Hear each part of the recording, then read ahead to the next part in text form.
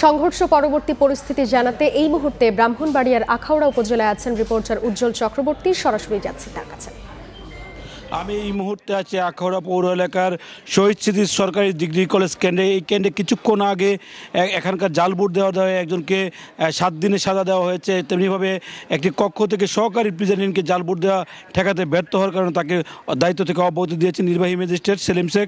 তার আগে কিন্তু সকাল 9:30টার দিকে নয়াদিল সরকারি প্রাথমিক বিদ্যালয় কেন্দ্রে সেখানকার স্থানীয় চেয়ারম্যান অর্থাৎ মুগরা ইউনিয়ন পরিষদের চেয়ারম্যান M.A. মতিনের নেতৃত্বে কেন্দ্র দখলের চেষ্টা করা হয়েছে। সেই কেন্দ্র দখল করাকে নিয়ে সেখানে কিন্তু দুই পক্ষের মধ্যে হাতাহাতি ঘটনা ঘটেছে। পরবর্তী সময় আইনশৃঙ্খলা বাহিনীর যে স্ট্রাইকিং ফোর্স তারা কিন্তু এসে ছত্রভঙ্গ করে দিয়ে কিন্তু পরিস্থিতি নিয়ন্ত্রণে এনেছেন। তবে ভোট গ্রহণ স্বাভাবিক পর্যায়ে ছিল। আপনাকে জানিয়ে রাখি, আখাউড়া দক্ষিণ ইউনিয়ন পরিষদের চেয়ারম্যান জালালউদ্দিন সেখানে কিন্তু বেশ কয়েকটি কেন্দ্রে ভোট ছাপানোর চেষ্টা করেছে। সবগুলো মিলিয়ে কিন্তু একটি দুপুর 2টার পর থেকে কিন্তু একটি উত্তপ্ত পরিস্থিতি পুরো আখাউড়া জুড়ে বিরাজ করছে।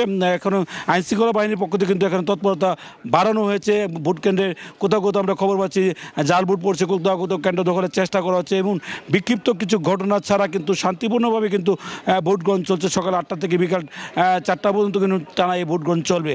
এখন পর্যন্ত আইনশৃঙ্খলা বাহিনীর সদস্যদের সাথে আমরা কথা বলেছিলাম, তারা বলছেন যে তাদের পক্ষ থেকে সর্বোচ্চ নিরাপত্তা জোরদার করা হয়েছে। আখাউড়া উপজেলার 2টি বিজিবি স্ট্রাইকিংয়ের পাশাপাশি কসবা উপজেলার 3টি বিজিবি স্ট্রাইকিং ফোর্সসহ মোট 23 জন যে নির্বাহী ম্যাজিস্ট্রেট দায়িত্ব পালন করছেন। জেলা পুলিশের পক্ষ থেকে 1029 জন পুলিশ সদস্য দায়িত্ব পালন করছেন। সার্বিক মিলিয়ে কিন্তু ভোটের মাঠ কিন্তু বেশ সরগরম, কিন্তু ভোটাররা কিন্তু বিক্ষিপ্তভাবে আসতে শুরু করেছে। যেহেতু এখন খাবারের সময় অর্থাৎ লাঞ্চ আওয়ার, সেই সময়ের কারণে কিন্তু ভোটাররা বিক্ষিপ্তভাবে 2-1 জন আসছেন, কিন্তু ভোট গ্রহণ কর্মকর্তারা কিন্তু সেখানে ভোট গ্রহণ করছেন। তো এই ছিল আমার কাছে আখাউড়া শহীদ স্মৃতি সরকারি কলেজ কেন্দ্র থেকে ভোট গ্রহণের সর্বশেষ। সরাসরি ছিলাম ব্রাহ্মণবাড়িয়ায়।